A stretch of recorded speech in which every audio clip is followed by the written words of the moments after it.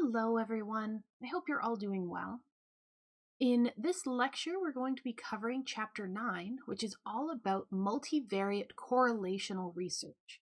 So this chapter is going to build pretty heavily off of Chapter 8, where we were talking about bivariate correlational research. So in the last chapter, we only looked at two variables that we were measuring, and in this chapter, we're going to look at what happens when we start adding in additional variables. What if we're looking at three or more variables?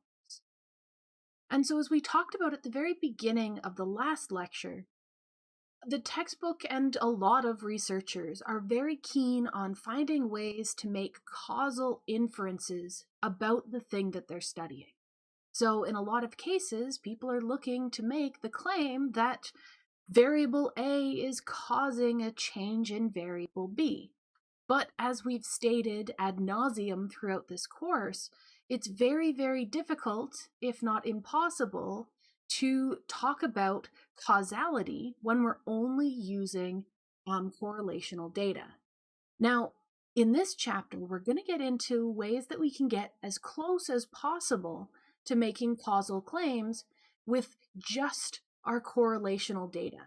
So sort of our best practices for how close we can get to making a causal claim using just measured variables.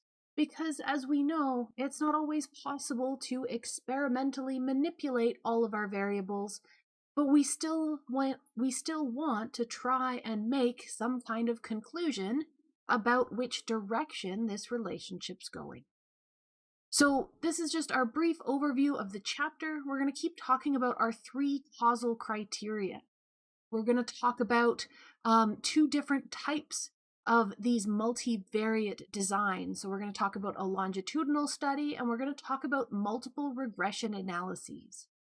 And then we're going to start talking about using sort of what we've learned so far to get as close as possible to causality using a technique called pattern and parsimony. And then we'll start talking about mediation and some terms that it might get confused with, and then we'll wrap up with a very, very brief discussion about what we should consider in terms of our four validities when we're looking at these multivariate designs. So that's what we're looking at for the rest of the lecture today. And so we've already got to this idea where a multivariate design is going to involve multiple variables. So where a bivariate design had two variables, bi meaning two, multivariate just means multiples, more than two. So more than two measured variables. A lot of the examples we're going to talk about today are looking at three measured variables, because that's kind of the easiest way to conceptualize these kinds of experiments. But once you get into multivariate designs in research, sometimes you're going to be running these with dozens of measured variables. So this can be expanded based on how many things you're looking at. It's just a little bit easier to look at them with only three or four. And so as promised, we want to talk just a little bit, again, about these three criteria for establishing causation. So the three things that we need to be able to say or to show before we can start talking about a causal relationship. And so the first of these is covariance. This is just basically asking, are our two variables related? And that one isn't so hard to prove. Or it isn't so hard to show, I guess is the best way to say it. So even our bivariate correlations, if we find a significant correlation, we have a pretty high R value and a decent P value to go with it, we can show that there is covariance between our two variables. So that one's okay. The next one that's kind of difficult to show is this idea of temporal precedence. Asking, does one variable cause the other? Or more specifically, does one variable come before the other? Because if we're trying to say that A causes B, then we need to show that A is happening before B. We need to show that that difference in A comes before the difference in B. So if we can't show this temporal precedence, then we can't with any good conscience say that there is a causal relationship. And then our third criteria is all about internal validity. And when we're looking at causal natures of relationships, and specifically these criteria, we're mostly asking, is there a third variable? Is there some other factor involved here that might explain the relationship that we're seeing between the two existing variables? So if we're looking at A causing B, is there some third variable, we can call it C, that's actually causing both A and B? And we talked about some examples of that last time, but we're going to spend most of today's lecture talking about this temporal precedence and internal validity, different ways, or the biggest way that we can establish these using multivariate studies. And so we're going to start with that temporal precedence and looking at establishing that idea of one coming before the other using a specific kind of multivariate design called a longitudinal design. So a longitudinal design or a longitudinal study is going to measure the same variables in the same people at several different points in time. And so we could have a group of people. This is very, very common in things like developmental psychology. So maybe you have a bunch of 10-year-olds and you want to see how their personalities change as they get older. And maybe you want to see what factors might be involved in changing their personalities as they get older. So at age 10, you give them a personality survey and a survey of a bunch of other aspects of their life. At age 12, you give them the same surveys. You reevaluate their personality and you reevaluate other things happening in their life. And you can follow them as they develop and just see how does their personality change over time and what happens to change along with their personality. And so if we do it right, if we have a good longitudinal design, it can actually give us some evidence for temporal precedence. It can show that one factor, one variable is changing first, and then another variable or multiple variables change afterwards, potentially in response to the first one that changed. And so if we can establish this temporal precedence, that gets us one step closer to being able to make a causal claim. It's still not going to be perfect, but it's at least going to get us 2 of the 3 criteria that we've been looking at, which is better than 1 of 3. Now, when we're looking at these longitudinal designs, we have 3 specific types of correlations that we can look at, and each of these are going to give us different kinds of information. So we're going to look at each of these individually, but we can have these cross-sectional correlations, we can have autocorrelations, and cross-lag correlations, and we'll have visuals and descriptions for each. Now, to walk through each of these different kinds of correlations within a longitudinal design, it makes sense to use an example that can help us visualize what's going on. And so the example outlined in the textbook is a longitudinal study that was looking at the relationship between overpraising children, so parents who make statements to their child that they are extra special, that they are better than all the other children, something called overpraising, or in the terminology of that paper, overvaluation. So you're giving them more value than is probably due. And they wanted to check how that overvaluation or overpraising influenced, or maybe was influenced by, their child's levels of narcissism. And so in this case, the assumption would be that we're looking at overpraising causing an increase in narcissism. But we can't say that until we actually look at the data and try and pick some of these things apart. So that's what we're going to do. So in this case, we have our 2 measures are how much are the parents overpraising their children, this overvaluation, and then how do the children score on a survey of narcissistic tendencies? But instead of just those two things, they measured those two things at multiple times. So across the course of 2 years, every 6 months, they asked both the parents and the children the same questions.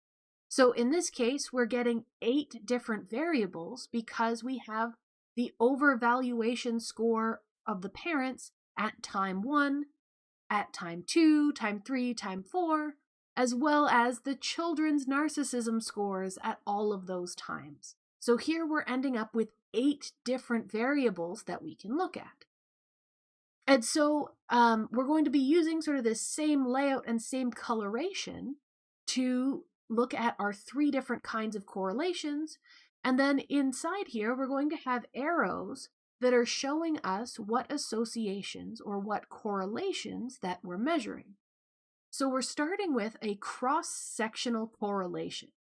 And this is just saying we're looking at whether 2 variables that are measured at the same point in time are correlated. We're looking at an individual cross-section of a specific point in time.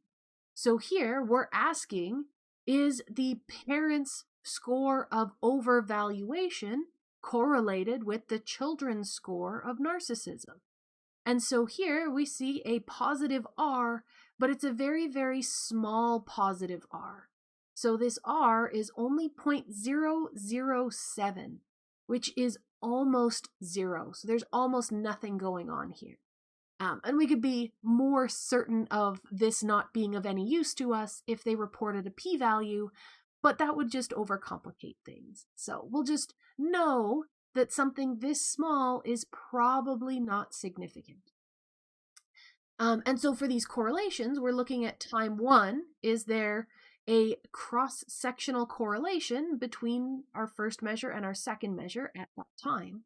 But also, what if we jump to time 2? Is there a relationship between that overvaluation score in the parents and the narcissism score in the children at this second time? How about the third and the fourth? And we'll notice that, so this one is pretty much 0, but this R is 0.07. So that's almost 0.1, which would be a small correlation. And then this one is higher than that, 0.138. So that would be a definite small, getting closer to a moderate correlation, not quite there yet, so still small, and this one would be small as well, but there is something there, provided that their sample size was large enough to give us a significant p-value. But that's what our cross-sectional correlation is looking at. So at any one point in time, is there a correlation between the 2 things that we're measuring? Next, we can look at our autocorrelations. And if we break it down into sort of what words mean, auto means self. So an autocorrelation is a correlation with yourself. So an autocorrelation is looking at the correlation of each variable with itself across time.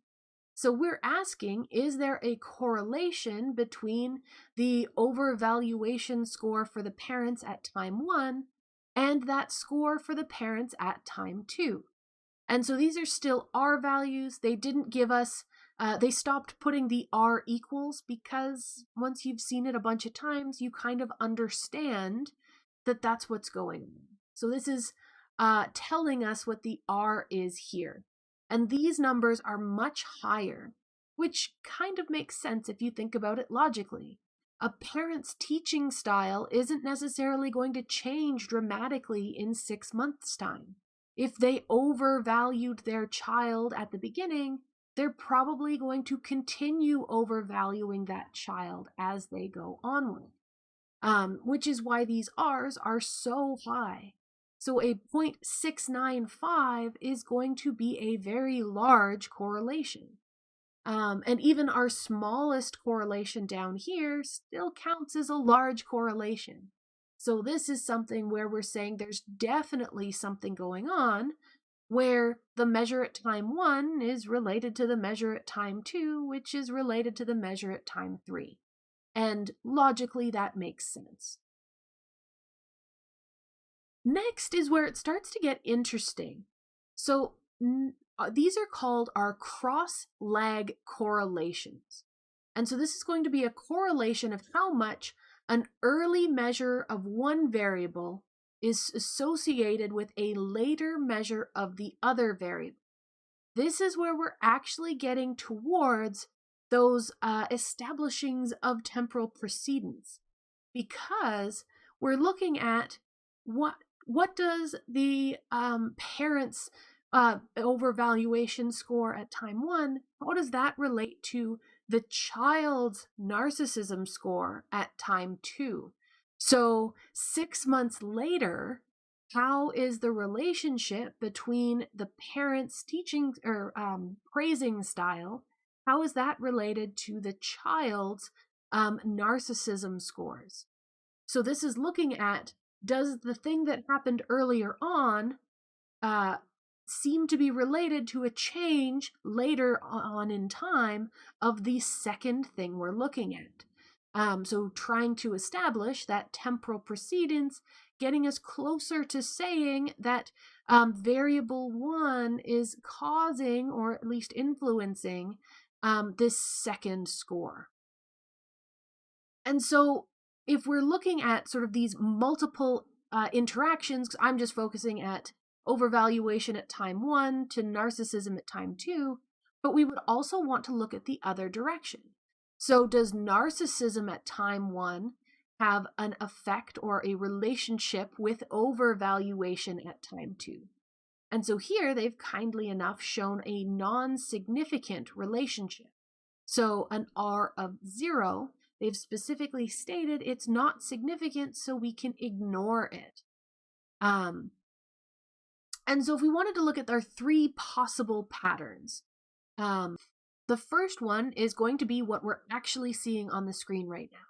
So this would be our study showing that parental overpraise, this overvaluation, at an earlier time period is significantly correlated with child narcissism at later time periods. So we're seeing positive R values for each of these, not just the first one, but also going from 2 to 3 and 3 to 4. All of these diagonals are giving us significant R's, and they are significant and positive R's.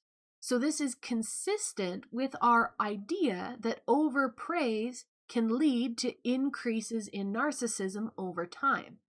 It's not outright giving us a causal relationship, it's just saying that this is consistent with that kind of an idea. Now, the study could have shown the opposite.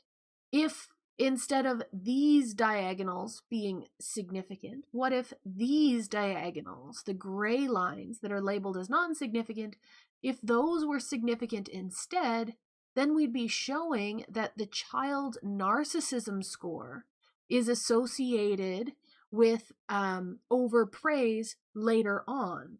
So this would indicate that the narcissism comes first, and it leads parents to change their type of praise over time. So that would be our second possible option, not what we saw, but it could have been. And the other way we can do it is, what if both were significant? What if it was significant in this direction, but also in this direction? So that might mean that these two things are what are called mutually reinforcing. So overpraise causes narcissistic tendencies, and narcissistic tendencies cause overpraise, and we would get this cycle of increasing levels of narcissism and praise because of that interactive relationship. Now, those are our options. I guess there is a hidden fourth option where none of these are significant, but that would be sort of a boring, null result where all we could say is that there's no relationship between the two things, and that's all. So we only talk in depth about the ways that it can be significant and what those different patterns that we're observing could mean. And you can do this for all sorts of different kinds of longitudinal designs to pick apart what could be going on.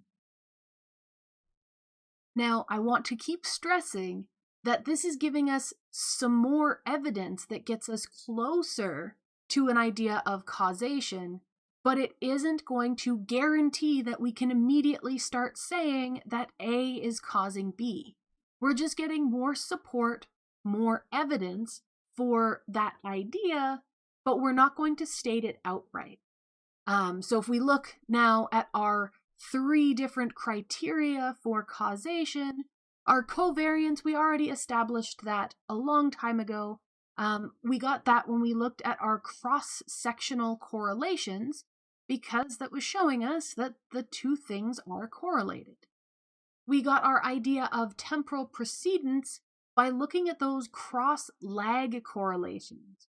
And so we're seeing that there are some correlations in that setup that are stronger than others. The idea that overvaluation to narcissism is stronger than narcissism to overvaluation. So that gives us the idea that the overvaluation comes first. So that's how we can get a pretty good idea that there's some temporal precedence. And internal validity gets a little bit difficult. Our longitudinal designs don't really give us anything for ruling out third variable explanations, because even though we talked about there being 8 different things that we're looking at here, there are only 8 things because we're looking at 2 different variables at 4 different times. We would have to bring in a third variable or more to look at across all of these different times if we wanted to start picking apart our internal validity. And as you can imagine, even adding 1 more variable takes our 8-point analysis, and all of a sudden it's now a 12-point analysis.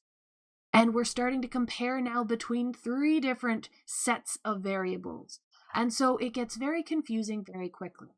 So what we can say here is that our longitudinal study helps us with our covariance criteria, and it helps with our temporal precedence criteria, but it doesn't really do anything for our internal validity because it's not addressing our third variable problem. And you might have gotten to this point in the course and you're sitting there wondering, well, why are we spending so much time talking about these correlational coefficients and running correlational studies? Why not just do an experiment?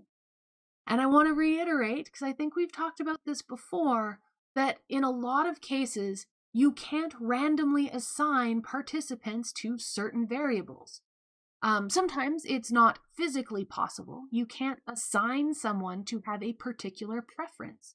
You can't assign someone to have a particular personality.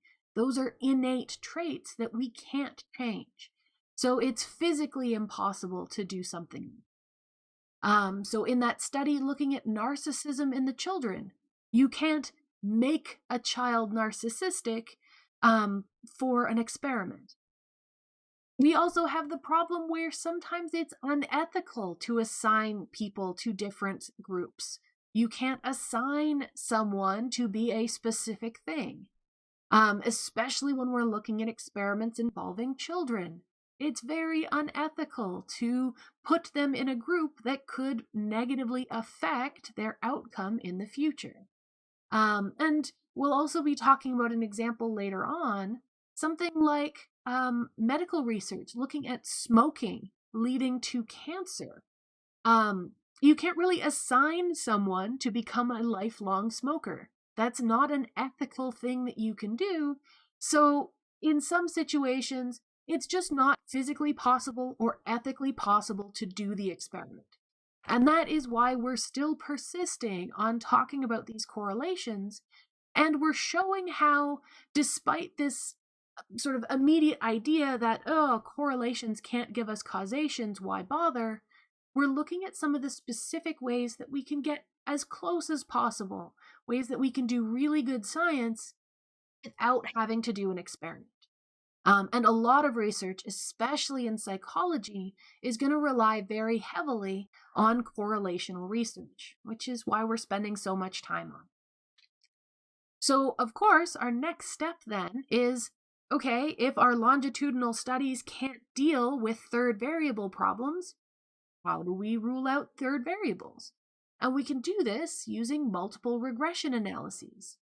So a multiple regression, which sometimes you're going to see called a multivariate regression among numerous other names, is basically going to be asking if a relationship between A and B is still present, even if you statistically control for one or more third variables.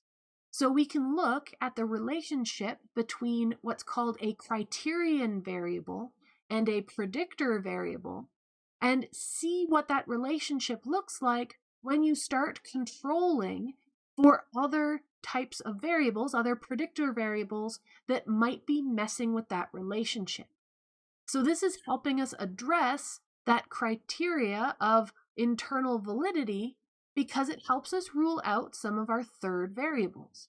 So by measuring and controlling for another variable, we can make sure that it's not actually influencing our relationship of interest. And sometimes we're going to find that it does. But we can look at all of those options. Now, to go through this idea, we can use another example to help visualize what we're talking about. And so for our multivariate correlations, we're going to be looking at an example of pregnancy risk and exposure to sexual TV content. So on this slide here, we just have a plain old bivariate correlational study. So we're seeing a general positive relationship where the more teens are exposed to sexual content on TV, the more likely they are, or the higher at risk they are of becoming pregnant. So we're seeing that if you score high on one, you tend to score high on the other.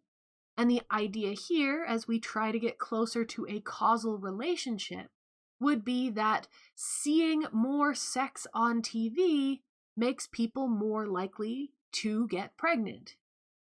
But if we think about that critically, you can probably come up with a whole bunch of other variables. You could come up with any number of third variables that might help explain this relationship. What if we thought about age? What if we thought about the grades that these children or these teens, I guess, are getting? What kind of home environment they have? You can go on considering different things that might be involved. And so those other things that might be influencing this relationship are our third variables. And so if we hop to this next slide here, we're going to look at one of those possible third variables. And we're going to use our statistics to control for a third variable. Now, I've used the term control for a couple of times, but I haven't really explained what it means. If you are controlling for a variable, you are effectively holding that variable constant. You're going to be doing the statistics that allow you to pull out the effects of that variable. So if we have, we'll just use our A's and B's. So if we have this attempt to make sure that A is causing B, but we want to look at C, if we're controlling for C, then we're looking at how C might be affecting A and how it might be affecting B and removing those effects. So we're trying to see if by getting rid of the influence of our third variable, is this relationship between A and B still going to be present? And so that is the entire purpose of this multiple regression. And so if we want to look at our example here, if we're going to control for a variable, let's look at age. So if we think of age, as teens get older, maybe they're going to be watching more TV that's higher rated, that's going to have higher sex content, and also because they're older, maybe they're having more sex and are more likely to get pregnant. So age could be a third variable, could be our C, that is influencing both what they're watching and pregnancy risk. And it might actually remove the effect or the link, the association between our pregnancy risk and exposure to sexual TV content. So if we pull out C, what happens to the relationship between A and B? And now this is going to look fairly similar to what we had been looking at back in chapter 8. But if we look at, say, our orange dots here, I don't have an orange pen, but I have yellow, we're kind of seeing that oval shape. And within that age group of the 20-year-olds, we're still seeing a positive correlation where people who don't watch much sexual content on TV are at very low risk for pregnancy. And people who watch lots of sexual content on TV are at higher risk. And we can break it down. We can even look at our 16-year-olds, and we're going to see that same kind of ovally shape that's still giving us a positive relationship. So in this case, even when we pull out the effects of age, even when we have our C as age, that relationship between A and B, our pregnancy risk and exposure to sexual content on TV, that association still exists. So controlling for age doesn't change our relationship. There's still an association between pregnancy risk and exposure to sexual content on TV. So we can clean those off there. Now, what if we saw something a little bit different? What if we saw data more like this? And so we can do our circles again, and our 16-year-olds are all at very low exposure to content on TV. And our 20-year-olds are fairly high in exposure to content on TV. And we can have our 18-year-olds in the middle. But none of these is really giving us those directional patterns that we were seeing on the last slide. So if anything, this kind of just looks like a straight line up. Or maybe for our 20s, we could say like that. But having no slope, not having a positive or negative slope, is telling us that there isn't really a strong relationship between our two axes. So if we see data like this, when we've separated out these participants by age, when we have controlled for age, the effect of this relationship between pregnancy risk and exposure to sexual content on TV has effectively disappeared. So by controlling for age, that relationship goes away. And this tells us that that relationship was only driven by our third variable. It was only driven by age. So by controlling for that extra variable, we've figured out that there wasn't actually anything going on here. Now, this should all be feeling fairly familiar and very similar to what we just finished talking about in Chapter 8. And that's because these multivariate regressions aren't all that different from our bivariate regressions. They're all going to be fairly similar. We're just going to have some slight differences in how we're interpreting them. And so most of it's going to be on that focus towards directionality and getting closer to a causal relationship. And we're actually going to see a little bit of that right now in some of our terminology. So at the very beginning, when I was defining our multivariate regression or multiple regressions, I talked about a criterion variable and a predictor variable. And this is going to be kind of the equivalent of our independent and dependent variable that we can see when we're doing our experimental research. So the criterion variable is going to be our effective dependent variable. So this is the thing that we think is being influenced by our predictor variable. So our criterion variable depends on our predictor variable.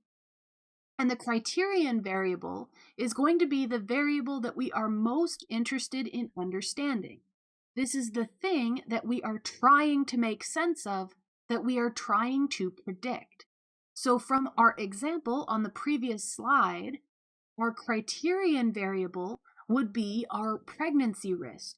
So if we're trying to figure out if exposure to sex on TV leads to an increase in pregnancy risk, then increased pregnancy risk is our criterion variable, because it would be changing depending on how much exposure our participants have to sex on TV. And if we frame it the other way, our predictor variable is going to be the independent variable. If we were doing an experiment, an independent variable is the one that you are manipulating or controlling. But we're just doing correlational studies, so we're not manipulating anything here. We're still just measuring it, but we have this assumption or idea that this variable is influencing our criterion variable. So our predictor variable helps us predict what we should see for the criterion variable. And we can have multiple predictor variables. So if we were looking at pregnancy risk as our criterion variable, then exposure to sex on TV is the predictor variable that we started talking about. But we also introduced the idea of age. Age is another predictor variable. So here in our example, we actually have two different predictor variables that we can look at. And we can see that over here in this graph, or this table of what we're looking at. So it actually lists our criterion variable is our pregnancy risk. Now, if you're reading a scientific paper, they're probably not going to list it as your criterion variable. They're probably not going to state that this is their dependent variable. But it should be very clear from their writing that this is what they're looking at trying to explain or predict. Or you can also look at the table, and this is going to be the one that's at the very top. So our criterion variable goes at the top of this chart. And these are going to be showing, these tables are showing our multiple regression results. And then underneath that, we're going to have all of our predictor variables listed. And again, they may or may not be labeled as predictor variables. You might just have to understand that those are the predictor variables based on their location in a chart like this. And so up until this point, especially with our bivariate correlations, we've only really talked about R's. But here, we're not given an R value. Instead, we're given something that's called beta. And I'm going to jump over to the next slide. So same chart here, but different text to go with it. And beta is going to be basically the equivalent of R, but for multiple regressions. And so we get a beta for each predictor variable. And so we can see here we have a beta of 0.25 for exposure to sex on TV.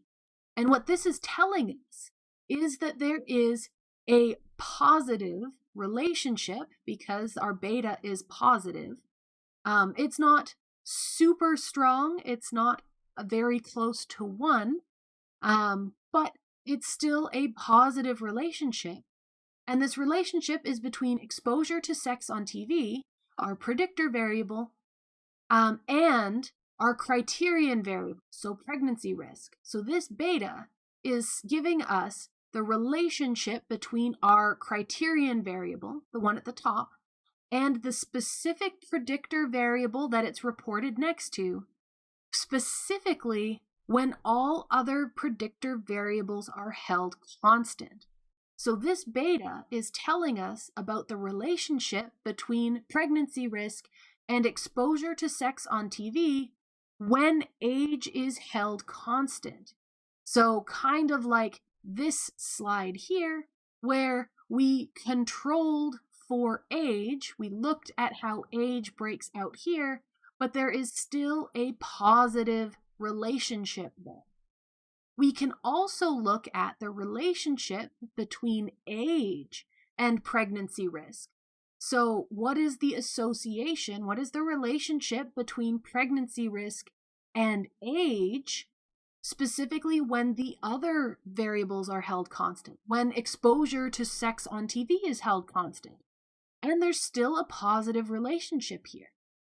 And so these betas can be interpreted very similar to R's, where they're going to range somewhere between positive and -1, where the closer to 1 you are, the absolute magnitude of 1, the stronger the association is.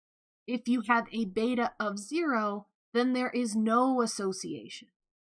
And just like what we talked about previously, when these are reported, kind of like when we see our charts or tables for R, they can tell us it's significant in a couple of different ways.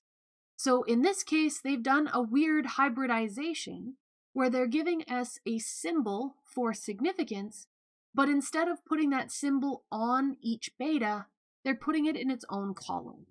And so here they're saying that P is less than 0.001. That is a very, very small p-value, which means that they are very confident in the significance of this finding. So both of these betas are something that they are very confident that they're observing because it's actually present in the population, and it's not because of random chance in sampling from their population. So tying back into what we talked about in the last lecture. And sometimes if you're looking at these in papers, they might actually list a number, a p-value under this column of significance. That sig might actually be just called p or p-value. Again, each paper and each researcher is going to have their own preference on how they report these things. But we now know that they have a beta for both of these predictor variables. Both of them are a positive relationship, and they're both significant. Now, I haven't said anything yet about how strong of a relationship. And that's because, unlike with our R values, we don't really have absolute cutoffs for our beta effect sizes. So we don't have that Cohen's cutoff chart from our R's that apply to betas. So betas, you just sort of report them and you know that the closer to 1 it is, the stronger it is, and the closer to 0 it is, the weaker it is, but we can't really quantify that any further. One more caveat to keep in mind is that we may occasionally see something called B. And B is, the naming thing is going to be because beta is like the Greek alphabet letter of beta. And so B is the equivalent of the lowercase, just as an FYI. It doesn't really matter. All that we care about is that these B's are what's called unstandardized betas. So if we have a chart that's reporting a beta, we can treat them kind of like we have our R's. We can look at them and say, oh, look, the beta for age is actually higher than the one for exposure to sex on TV, so the effect size is larger for age. So age has a larger effect on pregnancy risk than does exposure to sex on TV. But we can only say something like that if we're given a beta. If we're given B, then the statistics haven't standardized. It hasn't allowed us to compare directly between our predictor variables. So if we don't have a proper beta, then we can't really compare between different predictors. So sometimes you'll see a B reported, and it'll give us a significance, so we know if it's important or not, but if it's B, you can't compare between predictor variables. You can only look at their significance as a standalone item. For the most case, though, in good research, you're going to see beta reported, or sometimes researchers will give you both. They'll give you B and beta just to give you as much information as possible. All right, and so if we want to talk a little bit more about statistical significance with beta, most of what we're seeing, as I've already said, is going to be very similar in conversation to how we report R. So in those charts, you get the column labeled P or sig, or maybe some footnotes, or maybe an asterisk that's indicating those significance levels. That's all pretty easy to grasp. But when we start talking about what we've found, if we wanted to discuss our results, there are a bunch of different ways that we can say the same information.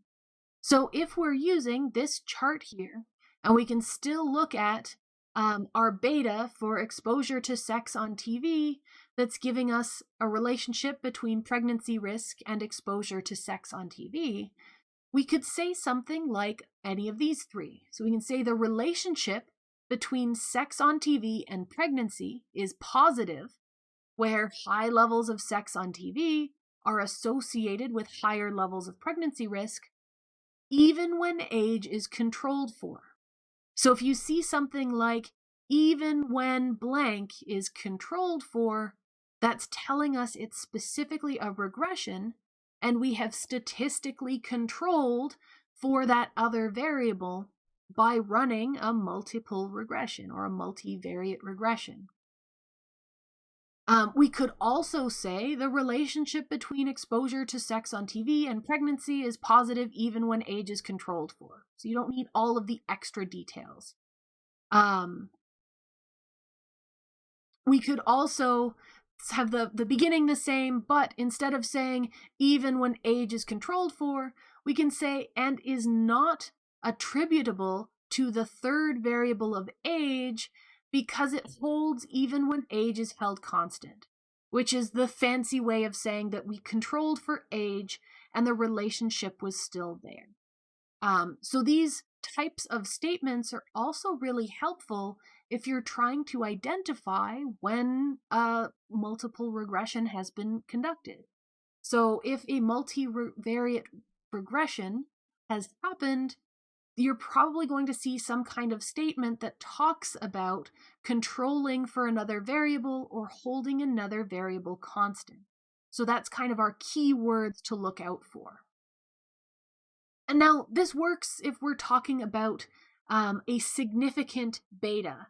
So if our p-value is going to be less than 0.05 or whatever cutoff we want to report, but what if beta isn't significant? What if it's larger?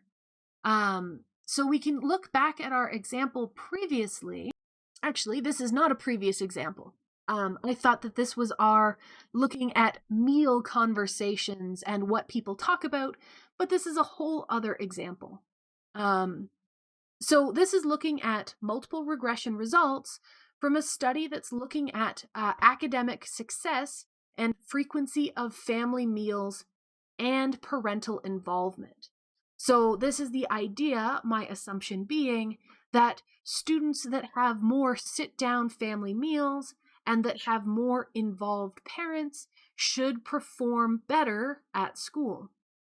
But if we look at this table here, so our academic success being our criterion variable, our frequency of family meals and parental involvement are now our predictor variables, we can kind of look at this table and figure out what was going on. What did they find in this other study? So our beta for frequency of family meals is negative, but very, very small. And on top of that, it's labeled as non-significant. So they can write it out or put n.s. Or they could give you a p-value that is larger than our cutoff, all sorts of ways to report that non-significance. But this is telling us that the relationship between frequency of family meals and academic success doesn't hold if we control for parental involvement. So this is just looking at the relationship between these two when controlling for our other predictor variables, parental involvement. And that's exactly what these statements over here say. So the relationship between family meal frequency and child academic success is not significant when controlling for parental involvement. Or we could even say that the relationship between family meal frequency and child academic success can be explained by the third variable of parental involvement. So this is how you would report when a relationship between A and B goes away when you control for or consider variable C. So this is what we're saying when that third variable was actually driving the relationship that we were looking at. And now, like I said at the very beginning, we've been talking about kind of ideal scenarios. We started with looking at only 2 variables in our bivariate correlational research. Then we moved up to 3 variables. But in practicality, that experiment looking at pregnancy risk and exposure to sex on TV and other predictor variables, they looked at a lot more than just exposure to sex on TV and age. They also looked at total television exposure and grades and parents' education and all of these other things. So you can still run these multiple regressions using way more than just 3 variables. And so in practicality, you're going to see tables that look a lot more like this in real research. Because if we think about it critically, if we're trying to get towards a more causal relationship, we might want to remove as many third variables as possible. We want to account for as many other things that could be involved in this relationship as possible. And so we can look at these charts and it's giving us the same kind of information. So exposure to sex on TV is still giving us a positive beta and it's still significant. And so here we're saying that exposure to sex on TV is positively correlated with pregnancy risk even when all of these other variables are controlled for. That's what this is telling us. That's what that beta means. So we are still controlling for all of these other things. And so we can pull apart all of these different effects. And we can get different kinds of betas. All right. So we've kind of talked about this a couple of times already, and this is how our research translates over into the popular media. And I've said before, you are very rarely going to see numbers and statistics in a popular media article. You are not going to see a report in a magazine that's just talking about cool science that's going to give you the p-values for a conclusion. That's pretty much unheard of. So if you want to figure out if this popular media article that you're reading is talking about regressions, then you're going to have to look for some very key words. So you have to think a little bit critically and dig a little bit deeper to know what it is you're looking at. So if you see something like controlled for, this is a really common way to talk about this.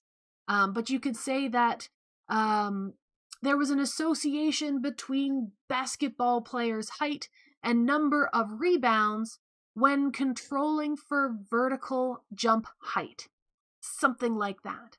And so that would tell us that the researchers in the original article ran a multiple regression that was looking at basketball player height and number of rebounds, and they controlled for the third variable of vertical jump height. You might also see taking into account. So we'll use the same example. When taking the height of a basketball player's vertical jump into account, that's our third variable, there is an association between the player's height and the number of rebounds they got. And we can talk about correcting for or adjusting for. After correcting for factors that may affect number of rebounds, there was still an association between height and number of rebounds, or something like that. So these are kind of our keywords to watch for when looking at popular media articles.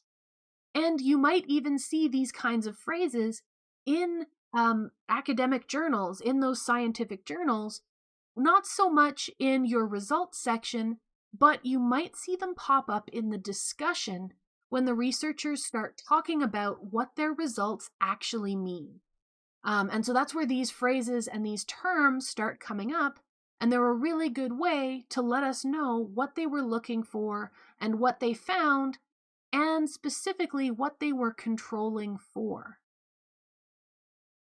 And now, of course, we get to our next statement that a multiple regression is still not enough for us to completely rule out all of our third variables.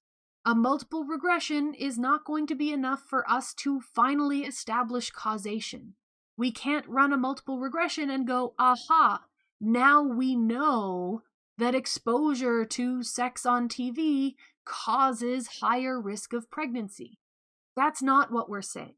It's just giving us more evidence for that third criterion to establish causality. We have to keep in mind that even if we measured a third variable or a dozen third variables, there could be something else that we haven't measured for, that we haven't controlled for, that's involved in this relationship. There could be more going on. So even though this is a fantastic tool and a great way to do our research, we have to keep in mind that there could be more happening here. And this brings us to sort of the epitome, the conclusion of all of our causality ideas in correlations. And this is going to be getting as close to causality as possible with a technique called pattern and parsimony. And so we've mentioned that our longitudinal designs can help us establish that temporal precedence. Our multiple regression analyses can help us with internal validity and getting rid of some of our third variables. But we can kind of bring it all together into this pattern and parsimony to give us the best example, or the closest we can get to a causal direction. And so I'm going to remind you that when we talked about parsimony earlier on in the course, parsimony is referring to simplicity, or the degree to which a good scientific theory is going to be providing the simplest explanation for the thing it's trying to explain. So when we talk about parsimony, we're always talking about it in the idea of Occam's razor, where the simplest explanation is usually the best. So that's what that term means as a refresher. And so this pattern and parsimony is going to describe a design setup where we're using a variety of different correlational studies that all point us in a single causal direction.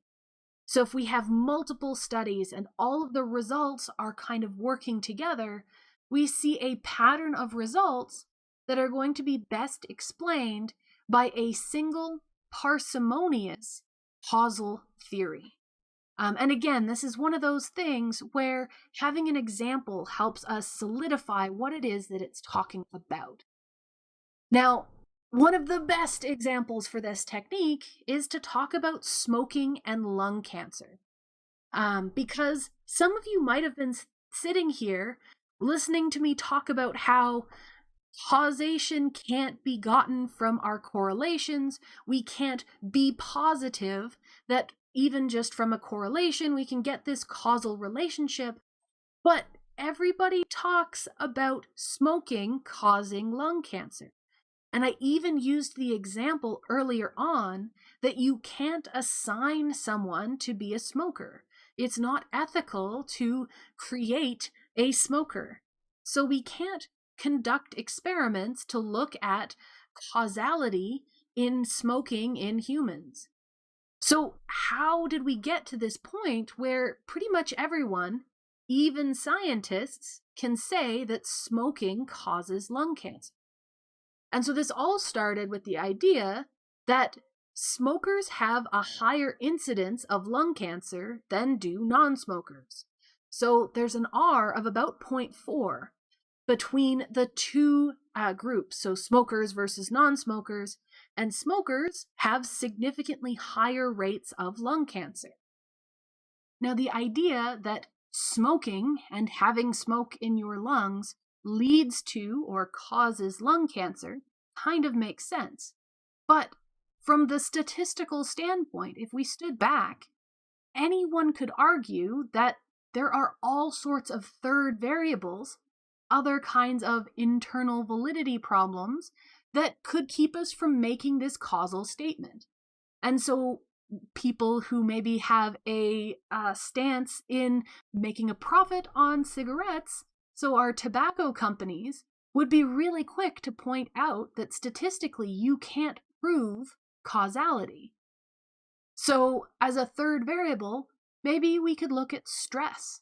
So people who smoke, maybe they're also people who are more stressed. And by being stressed, those people are also at higher risk of getting cancer. So stress is our third variable, that's our C, and being stressed is causing people to smoke and causing people to get cancer more often. They could also point to caffeine consumption, where people who smoke are also probably people who drink a lot of caffeine. And caffeine could be what's causing the cancer, right? So they don't have to prove anything. They just have to have these possible third explanations, these third variables that could explain away that idea of causation. So if we can't ethically conduct an experiment to show causation, how can we get around this? How can we get close or all the way to a causal relationship? So we're pretty much stuck with correlational data. And the way they went about this was to first specify a mechanism for the causal path. Basically, what is going on with smoking that's causing lung cancer? And so the basic idea is that cigarette smoke contains chemicals that are hazardous to human tissues. So the more smoke you are exposed to, the more harmful chemicals you're exposed to, the more likely you are to get cancer. And so if we set up that theory, that allows us to create a set of predictions. These 1 to 5 on the screen here are some predictions that come from that theory of cigarette smoke containing hazardous chemicals. And from these theories, or from that theory, we get our predictions, and from these predictions, we can make very specific hypotheses. And this is going to be a textbook example of our theory data cycle that we talked about at the very beginning of the course. Because our theory gives us these specific predictions, our hypotheses that we can then test and go back and revise our theory if necessary. So let's take a look at our proposed predictions that come out of that theory. So if cigarette smoke contains chemicals that are hazardous to human tissues, then the longer a person has smoked, the greater their chances are of getting cancer. So more exposure means more cancer risk. People who stop smoking will have lower cancer rates than people who continue smoking. So less exposure overall means reduced rates of cancer. Smokers' cancer should tend to be in the lungs and of a particular type. So if by smoking you are specifically inhaling those chemicals, then they're going to be concentrated in your lungs, and that's where we should see the effect. We can also look at smokers who use filtered cigarettes should have lower rates of cancer than smokers who use unfiltered cigarettes. If you are filtering out some of those chemicals, your cancer rates should be slightly lower. And then our last point is that people who live with smokers should also have higher rates of cancer too, because they're being passively exposed to those chemicals. And so the important thing to note about all of these different predictions, all of these things we're considering, is that they're very broad. So these are all looking at different areas that all relate back to the idea of harmful smoke full of toxins, but there's sort of no other factor, there's no other third variable that could explain so many diverse observations. And so we can imagine from where we're sitting in society now, there are tons of studies that have looked at all of these different things. And we have converging evidence from hundreds of different studies supporting each of these predictions. And because all 5 of these predictions are tied back to our single central principle, our original theory, we have a very strong case for parsimony. And because these predictions are so diverse, there really isn't any other third variable, there isn't any other explanation that could be offered that explains all 5 of these things. At least not without being very complex and convoluted, which goes against our parsimonious explanation of this all being caused by smoking. And so we could look at a previously proposed third variable, say drinking coffee. So if people who smoke also drink a lot of coffee, then people who smoke a lot of cigarettes should have greater chances of cancer because they're also drinking lots of coffee. And so 1 and 2 are kind of looking at the same thing. We could explain both of those away by, it's just caffeine. But living with someone who drinks a lot of coffee should not affect your own cancer rate. So number 5 basically throws that proposed third variable out the window. And you can go through this with all of the different proposed third variables that might explain away smoking causing cancer.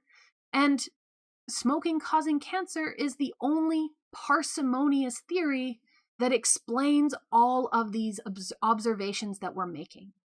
And so this pattern and parsimony is an immensely powerful tool. It's actually hard to overstate how important this is, because this is pretty much the only way that we can confidently point out a causal relationship using correlational data. And that only happens when we have multiple studies that are looking at multiple different points that kind of break apart what it is we're trying to understand. And the way that this is designed kind of makes it hard for anything other than scientific research to give us a good idea of how it's working. And so, of course, I'm going to bring this back to the popular press. How does this pattern and parsimony idea translate over to the popular press? And I'm sure you can imagine the answer is not very well. Journalists don't always do a good job of representing pattern and parsimony. So what I mean is journalists tend to only report on one study at a time. So maybe they only report on the study that people who live with smokers have higher rates of cancer. But if you're only reporting that one study, then people can look at that and go, oh, but you didn't consider this other variable. What about this other variable? What about that? But if that one experiment was part of a larger pattern, then we would have already considered those other variables. we would have already removed the possibility of those variables. So the problem here is that journalists only reporting one part of that scientific process opens these studies up for criticism that they don't actually deserve if you had looked at the whole picture. So that's something to keep in mind when you're looking at popular press articles. Okay, so away from popular media again, at least for a little bit, if we've sort of established what's going on more or less between two variables, if we're saying that A causes B potentially, or is at least very strongly related to B, and we're fairly certain that it's a directional relationship, maybe we want to start exploring that relationship a little bit more. Maybe we want to figure out what's going on there. Why is A causing B? Or why is A related to B? And this is where our mediators come in. And now on the surface, our mediators are going to look and sound a lot like third variables. This is because both mediators and third variables are something that we can look at using our multivariate research designs. And both can be detected using multiple regression. So in both cases, they are going to be a third variable that's involved in our relationship that we're looking at. But the difference here is that a third variable is something that's external to the correlation that we're looking at. So it is something else that could potentially be explaining both A and B. I'm actually going to swap to the next slide here. So if we have our example of amount of deep talk and well-being, we had discussed that there is a third variable that actually explains both, and that third variable is education level. So here, being more educated means that you have more deep talk. You talk about more deep conversation points, and more educated people score higher on a well-being scale. So this third variable is actually responsible for the relationship between both of those because it explains away that relationship by affecting both of them. In contrast, a mediator is going to be internal to our cause variable. So it's not problematic, it's not detracting from the original relationship that we found. A mediator is going to be something that actually helps explain that relationship. So it explains why it's there, it doesn't explain it away. And so if we look back to this slide, on the left here, this is a situation of looking at a mediator. So a mediator is going to be something that facilitates or allows this relationship to happen. So we're still looking at amount of deep talk and well-being, but what if this other variable that we're considering is the quality of social ties? So we're trying to explain why having more deep talk in your life leads to more subjective well-being, and we're saying that maybe it's because deep talk leads to having more high-quality social bonds, and having high-quality social bonds leads us to have higher scores on well-being. So instead of saying that, quality social ties explains your deep talk and it explains well-being, we're saying that amount of deep talk gets us to having higher well-being by way of, so by using the explanation of developing quality social ties. So we see that we get from deep talk to well-being by way of quality social ties. So our mediators are helping us explain why this point, this variable, is related to this variable. Whereas a third variable is telling us that these two variables aren't actually related. They only look like it because this third variable is interfering. So if we talk about a mediator, it's going to be an explanation. If we talk about a third variable, we're talking about removing some kind of nuisance or distractor that was interfering with what we were looking at. So mediators are good and sometimes helpful, and our third variables are going to be mostly annoying and unhelpful.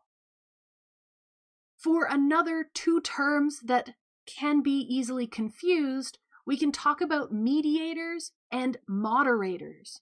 So at the end of last lecture, at the end of chapter 8, we talked about moderators, which are the idea that there's another variable, there's a different variable whose levels can change the relationship between A and B. And we had used the example of sports fans and how many people attend their sports team's games based on how well the team is doing. And in that case, our moderator was basically how many people stuck around in the town, how many people moved into or out of the town. So the idea that if people stay in a particular city, they're going to be loyal to a team and they will always go to their games, even if the team is doing poorly, but also even if the team is doing well. Whereas another value of that moderator of how sedentary a population is, if the population changes frequently, if people move into and out of the town frequently, then they're going to only go to the game if the team is having a good season. If there's lots of wins, then lots of people are talking about the team, and people might be enticed to go and watch because it's supposed to be good this season. So that quality of how many people come into or out of a town would be a moderating variable. So our moderating variables ask, when is this pattern the case? When is this relationship seen? Or for whom does this relationship exist? So a moderator lets us look at, are these two variables linked in the same way for all participants or for every situation? Or is there a time when the relationship changes or looks differently? Our mediators are simply just asking why. A mediating variable is helping us explain why our two variables are linked. So if we're looking at a mediating variable, it's going to come between A and B. And we can look at this nifty diagram from the textbook that breaks down mediation versus moderation versus third variable problems. So a mediation situation is looking at why are the two variables related. A is related to B because A leads to C and C leads to B. A moderator is saying that A is related to B for one type of C, but maybe it's different for a different level of C. So there's this other variable that's influencing that relationship. And our third variable is saying that A is related to B, but only because C is related to both A and B separately. So that's a quick way to be able to tell those three potentially confusing terms apart. Now, for our very end of this chapter, we can look at our four validities, and honestly, this is going to be very, very similar to what we already looked at in terms of these validities in the last chapter, so we're going to do this really quickly. This whole chapter has been talking about internal validity and then that temporal precedence thing. But, so we've already talked tons about internal validity and controlling for third variables. Construct validity, we still want to care about where did our measures come from? Did we measure everything right? Are the measures valid? Are they reliable? And be critical of all of the measures, not just one, but all of the measures that are involved in this experiment. For external validity, we have to consider where our sample was drawn from and how it relates to the larger population. And we can consider some experiments, external validity isn't going to be as important, so we might not care quite so much about external validity. And then for statistical validity, we still have the same basic idea as what we spent lots of time on in the last chapter, but instead of considering R's, now we're considering betas. So we still care about effect size, but here effect size is going to be measured as beta instead of R. We can still look at our statistical significance, or p-values. So our stats are effectively the same, but with slightly different reporting methods. So as promised, that's all we're going to talk about for the validities for our multivariate designs, because it is very heavily overlapping with the last chapter. So I'm going to leave that here for our correlations and associations. Next time, we're actually going to get into some of the statistics, actually calculating some of these values. What does it look like to calculate R? What does it look like to calculate beta? What could we get from different statistical programs? So we will be doing that next time, and we'll get into more of the specifics of statistics then.